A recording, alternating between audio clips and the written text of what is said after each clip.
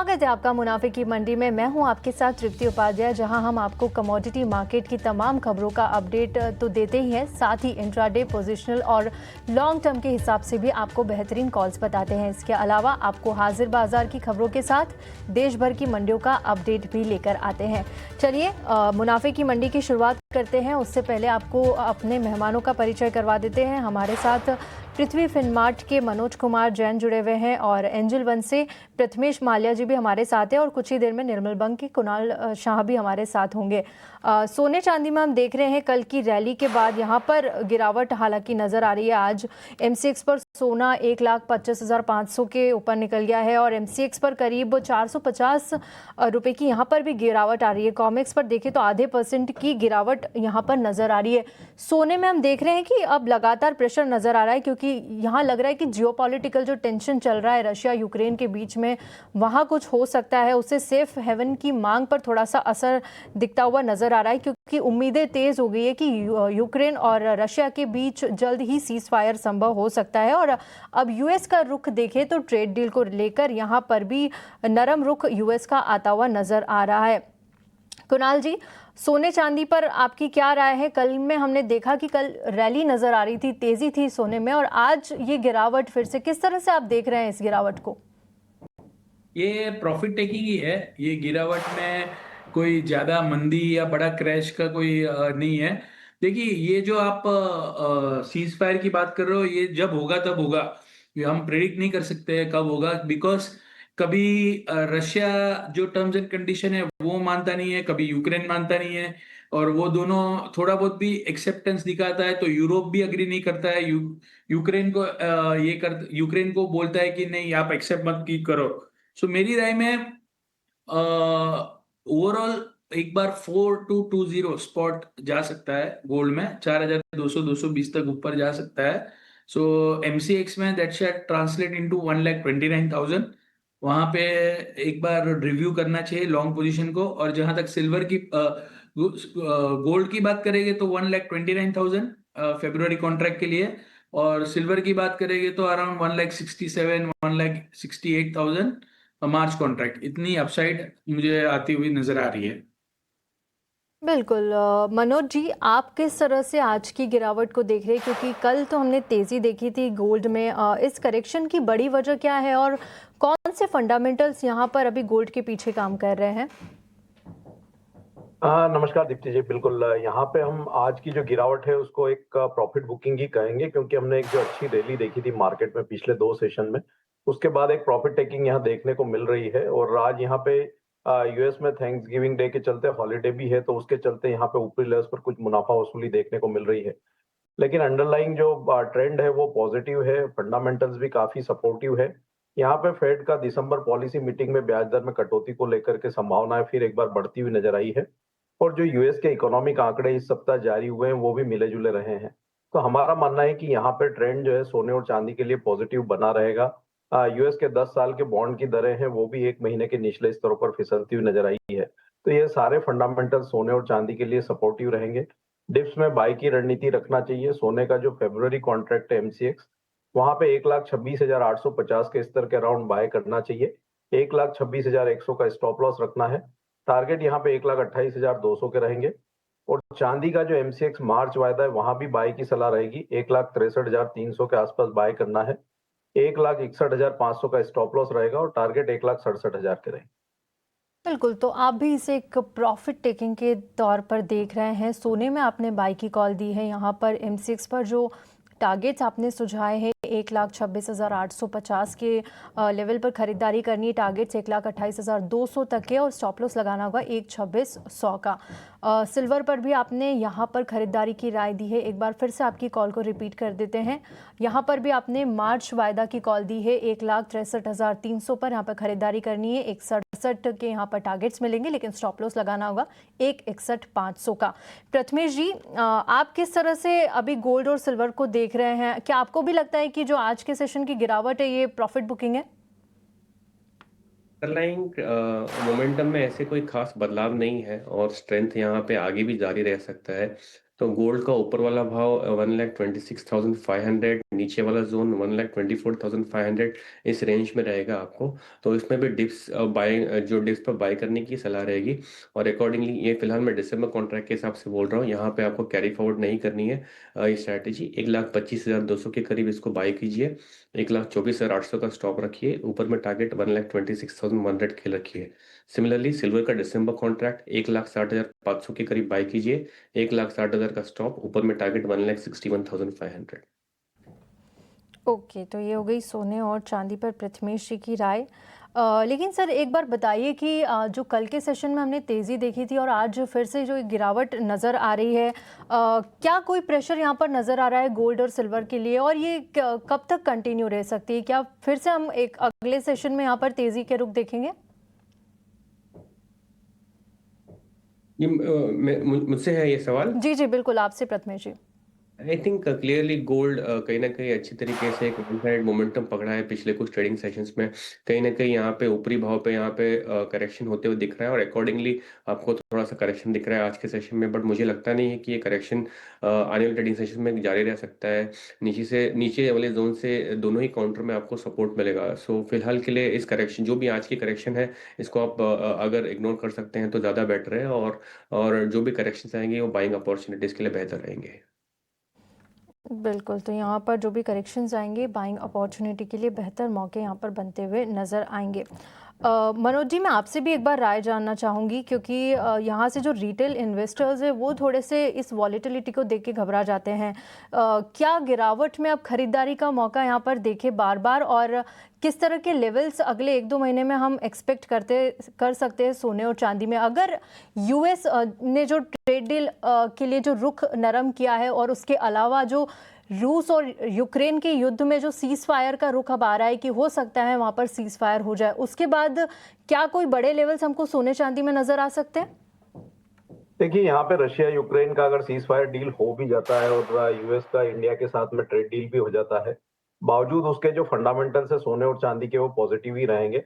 दिसंबर तक हमारा मानना है कि $55-56 एक बार चांदी इंटरनेशनल मार्केट में जा सकती है। उस लिहाज से भारतीय बाजारों में 1,70,000 1,72,000 तक के स्तर दिसंबर तक देखने को मिल सकते हैं। वहीं अगर गोल्ड की बात करें तो वहां भी $4,350 और भारतीय बाजारों में 1,30,000 से 1,31,000 तक के स्तर देखने को मिल सकते हैं। जो रिटेल निवेशक है जिन्होंने अभी निवेश नहीं किया है, उनको एसआईपी के रूप में यहाँ पे निवेश करना चाहिए। वर्ष 2026 का साल भी जो है सोने और चांदी के लिए बेहतर ही रहने वाला है, क्योंकि जिस तरह से हम रुपये में कमजोरी देख रहे हैं और 2026 में भी जारी रहेगी, तो भारतीय बाजारों में रुपये की कमजोरी का भी सपोर्ट यहाँ पे सोने और चांदी की कीमतों को मिलता हुआ नजर आएगा। तो हमारा मानना है कि यहाँ पे जो रिटेल निवेशक है उनको एसआईपी के रूप में निवेश करना चाहिए। वर्ष 2026 के आखिर तक इंटरनेशनल मार्केट में गोल्ड $5,000 और चांदी की कीमतें $65 तक जा सकती है। तो उस लिहाज से भारतीय बाजारों में यहाँ पे सोने में 1,45,000 से 1,50,000 और चांदी में 2 लाख तक जाने की जो संभावना है वो नजर आती है। तो रिटेल निवेशकों को वर्ष 2026 में भी अच्छे प्रॉफिट जो है यहाँ पे बन सकते हैं सोने और चांदी से, तो एसआईपी के रूप में निवेश करें और वो रणनीति रिटेल निवेशकों के लिए सबसे बेहतर रहेगी। ओके, तो रणनीति आपको सुझा दी मनोज जी ने। सर मैं आपसे कच्चे तेल पे भी बात करना चाहूँगी। कच्चे तेल में गिरावट दिख रही है। ब्रेंट क्रूड देखिए $63 के करीब है, 0.5% की यहाँ पर गिरावट हावी है। WTI क्रूड $58 के पास है, आधे % की गिरावट है। MCX पर $5,200 के करीब भाव है और 0.5% की यहाँ पर दिख रही है। जो दबाव है वो यूक्रेन शांति समझौतों की उम्मीदों से जो दबाव कच्चे तेल पर नजर आ रहा है, रूस पर प्रतिबंध हटने की अटकलें भी यहाँ पर मजबूत होती हुई नजर आ रहा है। साथ ही अमेरिकी राष्ट्रपति डोनाल्ड ट्रंप ने कहा है कि बातचीत तकरीबन पूरी हो गई है। जेनेवा में यूक्रेन के शीर्ष सलाहकार ने भी यहाँ पर अच्छी शुरुआत के संकेत दिए हैं। समझौता होने पर रूसी तेल सप्लाई यहाँ पर बढ़ सकती है, लेकिन ग्लोबल बाजारों में देखिए पहले से ही सप्लाई ज़्यादा है, ओवर सप्लाइड है। अब इससे क्या संकट आगे गहराते हुए नजर आ रहे हैं?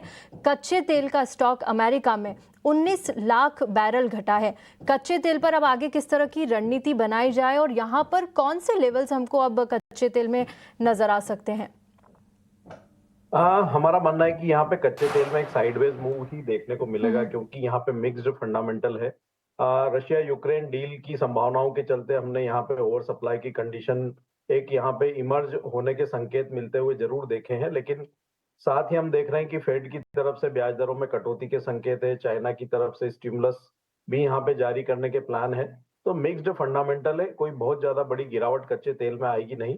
हमारा मानना है कि जो भारतीय बाजारों में कीमतें हैं वो 5050 से 5400 का दायरा जो है उसमें बनी रह सकती है। फ्रेश जो है तेजी के लिए ट्रिगर की एक यहाँ जरूरत है, लेकिन फिलहाल यहाँ पे ओवर सप्लाई कंडीशन के चलते एक दायरे का मार्केट बना रह सकता है। तो 5050 से 5400 की रेंज यहाँ पे शॉर्ट टर्म में नजर आती है। ठीक है, 5050 से 5400 की रेंज में ही आपको कच्चा तेल कारोबार करता हुआ नजर आएगा।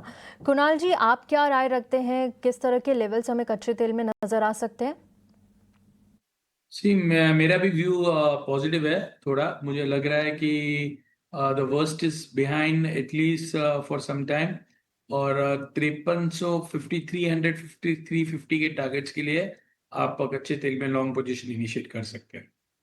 ओके, यहाँ पर आप कच्चे तेल में लॉन्ग पोजीशन इंटैक्ट रख सकते हैं। टारगेट्स आपको सुझा दिए गए हैं।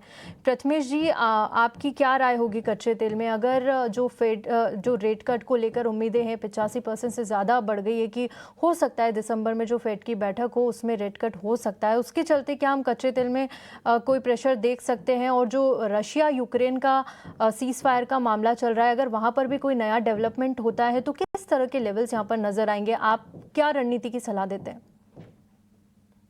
तो क्लियर है कि सप्लाई साइड्स एकदम काफ़ी बेहतर है। सो यहाँ पे और अगर न्यूज़ भी आती है क्लियरली वो ऑलरेडी फैक्टर इन हो गया होगा जहाँ पे पीस डील साइन हो रही है रशिया यूक्रेन के बीच। बट फिलहाल मुझे यहाँ पे ऑयल प्राइसेस थोड़ा सा थमते हुए दिखता है और पॉसिबिलिटी अपसाइड 5400 की तरफ दिखाई दे रही है। मेरे ख्याल से दिसंबर कॉन्ट्रैक्ट 5200 के करीब बाय करना चाहिए, 5110 का स्टॉप रखना चाहिए, ऊपर में 5400 के टारगेट रखने चाहिए। यहाँ पर आपने दिसंबर वायदा पर बाई की कॉल दी है, 5190 पे आपको ये बाई करना है। टारगेट आपको 5370 तक के मिल सकते हैं, लेकिन स्टॉप लॉस लगाना होगा 5110 का। चलिए, इसी के साथ वक्त है एक छोटे से ब्रेक का। ब्रेक के बाद जल्द लौटते हैं।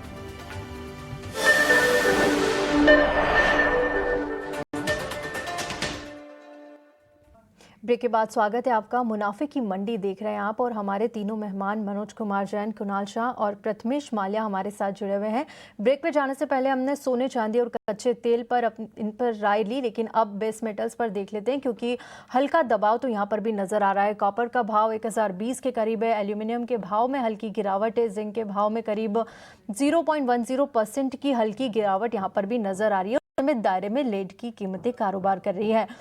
मनोज जी, आपसे शुरुआत करेंगे कि बेस मेटल्स में किस तरह की रणनीति यहाँ पर बनाई जाए, क्योंकि आज तो हल्की गिरावट यहाँ पर नजर आ रही है। क्या कोई फैक्टर्स इसके पीछे काम कर रहा है, और आपकी क्या रणनीति होगी? आज क्या पसंद करेंगे आप कॉपर, जिंक और एल्यूमिनियम में? हाँ, ओवरऑल ट्रेंड यहाँ पे बेस मेटल का भी पॉजिटिव है। हमने कल कॉपर की कीमतों को $11,000 के पार निकलते हुए देखा था। जिंक और एल्यूमिनियम में भी अच्छी बढ़त थी। यहाँ पे एक अच्छा कंसोलिडेशन बेस मेटल्स ने दिखाया नवंबर मंथ में, तो हमारा मानना है कि एक अच्छी रैली आने वाले समय में देखने को मिलेगी। ओवरऑल बेस मेटल पैंक में जिंक बेहतर लगता है। जिंक का जो दिसंबर कॉन्ट्रैक्ट है वहां पे बाय की सलाह रहेगी, 299 के स्तर पे बाय करना है। स्टॉप लॉस 296 का रखना है और टारगेट यहाँ पे 305 के रहेंगे। पर बेस मेटल्स में आपको जिंक पसंद आ रहा है, 299 के लेवल्स पे यहाँ पर खरीदारी करनी। टारगेट्स 305 तक के आपको मिल सकते हैं, लेकिन स्टॉप लॉस लगाना होगा 296 का। प्रथमेश जी, आपको बेस मेटल्स में क्या आज पसंद आ रहा है? कॉपर पर भी एक बार राय दीजिएगा, क्योंकि कॉपर हम देख रहे हैं नवंबर के बाद से जो कंसोलिडेशन यहाँ पर चल रहा है, अच्छी रैली एक दिखा चुका है। क्या ये अभी ओवरबॉट है, या फिर आपकी पसंद में आज भी कॉपर है? मेरे ख्याल से कॉपर 1030, 1035 यहाँ तक जाने की उम्मीद रख सकता है। तो कॉपर आप दिसंबर कॉन्ट्रैक्ट 1016 के करीब बाय कीजिए, 1012 का स्टॉप रखिए, ऊपर में टारगेट 1025 के लिए रहेंगे। बिल्कुल, तो कॉपर पर यहाँ खरीदारी की राय है। 1016 पर आपको खरीदना है, टारगेट 1025 तक के और 1012 तक के यहाँ पर आपको स्टॉप लॉस लगाना होगा। कुणाल जी, बेस मेटल्स में आपकी आज क्या पसंद है? Same, I will go with copper. 1028 का टारगेट के लिए आप लॉन्ग पोजीशन ले सकते हैं। ओके, तो एक बार आपसे नेचुरल गैस पर भी राय लेना चाहेंगे, क्योंकि बड़ी तेज़ी यहाँ पर देखने को मिल रही है। कल भी हमने एक अच्छी रैली नेचुरल गैस में देखी। एक और चीज़ आपसे जानना चाहूँगी, थैंक्स गिविंग का मौका यहाँ पर यूएस में चल रहा है, विंटर्स भी आ चुके हैं। क्या इस दौरान लास्ट की बात करें, अगर पिछले साल की, तो हमने पिछले साल भी अक्टूबर से दिसंबर तक एक अच्छी रैली नेचुरल गैस में देखी थी। क्या लेवल्स आप सुझाएंगे और आगे कौन से बड़े लेवल्स नेचुरल गैस में दिख सकते हैं? देखिए, नेचुरल गैस में अभी विंटर सीजन के कारण जब जब यूएस में विंटर का जो फोरकास्ट आएगा वो बहुत अच्छा तेजी बन जाता है। विंटर का फोरकास्ट, बहुत ज़्यादा ठंड का अगर फोरकास्ट आता है तो नेचुरल गैस में इमीडिएटली हम देखते हैं हेनरी हब कॉन्ट्रैक्ट है यूएस का, तो इमीडिएटली इसमें एक बाइंग मोमेंटम बनता है। बड़ी वॉलेटाइल कमोडिटी है, बट ट्रेजेक्टरी ऊपर की लग रही है। 430 तक के टारगेट आप देख सकते हैं। तक के टारगेट्स नेचुरल गैस में। प्रथमेश जी, आपकी कोई कॉल है आज नेचुरल गैस पर? से कॉल खरीदना चाहिए 410 की स्ट्राइक का, 26 रुपए के प्रीमियम पे मिलेगा आपको ये। 22 रुपए का स्टॉप लॉस लगाइए और टारगेट अराउंड 34 के लिए रखिए। सिमिलरली फ्यूचर्स में मेरे ख्याल से दिसंबर कॉन्ट्रैक्ट 408 पे बाई करना चाहिए, 404 का स्टॉप, ऊपर में टारगेट 417 के लिए। नेचुरल गैस पर यहाँ आपको दिसंबर का कॉन्ट्रैक्ट बाय करना चाहिए 408 पे, और टारगेट्स आपको 417 तक के मिल सकते हैं, लेकिन स्टॉप लॉस लगाना होगा 404 का। चलिए अब आगे बढ़ते हैं और मनोज जी, मैं आपके पास आना चाहूँगी। एग्री में आज आपको क्या पसंद आ रहा है? देखिए, धनिये में अच्छी तेज़ी यहाँ पर नज़र आ रही है, करीब 3.5% की तेज़ी के साथ कारोबार कर रहा है। ग्वारसीज की बात करें तो हल्की फुल्की यहाँ पर भी तेज़ी नज़र आ रही है। एग्री में आज क्या रुख रहेगा? हाँ, एग्री में एक स्पाइस पे एक में अच्छी रैली देखने को मिली है, तो हमारा मानना है कि ऊपरी लेवल्स पर अब एक बार यहाँ मुनाफा वसूली की सलाह रहेगी। स्पेशली अगर कोरिएंडर की बात करें तो 10,350 10,400 का जो रेंज है वो एक यहाँ पे एक स्ट्रॉन्ग रेजिस्टेंस जोन है, तो वहां पे एक बार मुनाफा वसूली करना चाहिए। हालांकि जीरा में अभी भी मोमेंटम पॉजिटिव है और वहाँ 22,000 तक के स्तर जो है वो देखने को मिल सकते हैं। इंट्राडे में अगर कहीं रणनीति बनानी है तो कॉटन सीड ऑयल के का जो दिसंबर कॉन्ट्रैक्ट है वहां पे बाय की सलाह रहेगी। 2,935 के स्तर पर बाय करना है 2,900 के स्टॉप लॉस से, और टारगेट वहां पे 3,010 तक के रहेंगे। ये तो हो गई कॉटन सीड ऑयल के पर राय है। 2,935 पर आपको खरीदना है, स्टॉप लॉस लगाना है 2,900 का, टारगेट यहाँ पर 3,010 के मिल सकते हैं। ग्वारगम या ग्वार सीड को लेकर कोई कॉल रहेगी सर आपकी आज? साइडवेज ही मूव यहाँ पे देखने को मिल रहा है, कोई बड़ा पॉजिटिव ट्रिगर है नहीं, तो हमारा मानना है कि यहाँ पे बेहतर होगा कि दोनों काउंटर को अवॉइड करें, एक दायरे का ही ट्रेड यहाँ पे बना रह सकता। ओके, दोनों काउंटर को यहाँ पर आप अवॉइड करके चल सकते हैं। सर, एक और बात आपसे पूछना थी। जिस तरह से हमने इंपोर्ट्स के आंकड़े देखे हैं, गोल्ड में 3 गुना इंपोर्ट यहाँ पर अक्टूबर के सेशन में बढ़ता हुआ नज़र आया है। आप ये किस तरह से देख रहे हैं और क्या सरकार अब बजट में इंपोर्ट ड्यूटी बढ़ा सकती है? क्या इसकी भी कोई संभावना आपको नज़र आ रही है? ऐसी अभी कोई धारणा है नहीं इंपोर्ट ड्यूटी बढ़ाने की, क्योंकि गवर्नमेंट ने पिछले बजट में भी एक अच्छी खासी यहाँ पे ड्यूटी में कटौती की थी और यहाँ पे जो डोमेस्टिक डिमांड है वो काफी बेहतर थी। इसके चलते हमने देखा कि इंपोर्ट्स जो है काफी बड़ी मात्रा में देखने को मिले थे अक्टूबर मंथ में, फेस्टिव और मैरिज सीजन के चलते। हमारा मानना है कि हायर रेट्स के चलते यहाँ पे नवंबर मंथ के जो इंपोर्ट्स है वो थोड़े कम रह सकते हैं, लेकिन अभी ऐसी कोई संभावना नहीं है कि गवर्नमेंट यहाँ पे ड्यूटी में जो है अपवर्ड रिवीजन का कुछ सोच रही है, क्योंकि अगर ड्यूटी बढ़ती है तो फिर उससे जो एक्सपोर्ट मार्केट है ज्वेलरी की वो प्रभावित हो सकती है। तो हमारा मानना है कि यहाँ पे अभी ऐसा कोई संकेत नजर नहीं आता। ओके, तो इसी के साथ हमारा आज का मुनाफे की मंडी में इतना ही, क्योंकि हमारे पास समय नहीं है। मनोज जी, आपका बहुत बहुत शुक्रिया। कुणाल जी एंड प्रथमेश जी, आपका भी बहुत बहुत शुक्रिया हमारे साथ जुड़ने के लिए और ट्रेडिंग कॉल्स देने के लिए। शुक्रिया। इसी के साथ मुनाफे की मंडी में आज इतना ही, लेकिन आप कहीं मत जाइए, आपके लिए अगला शो लेकर आएंगे FNO जंक्शन।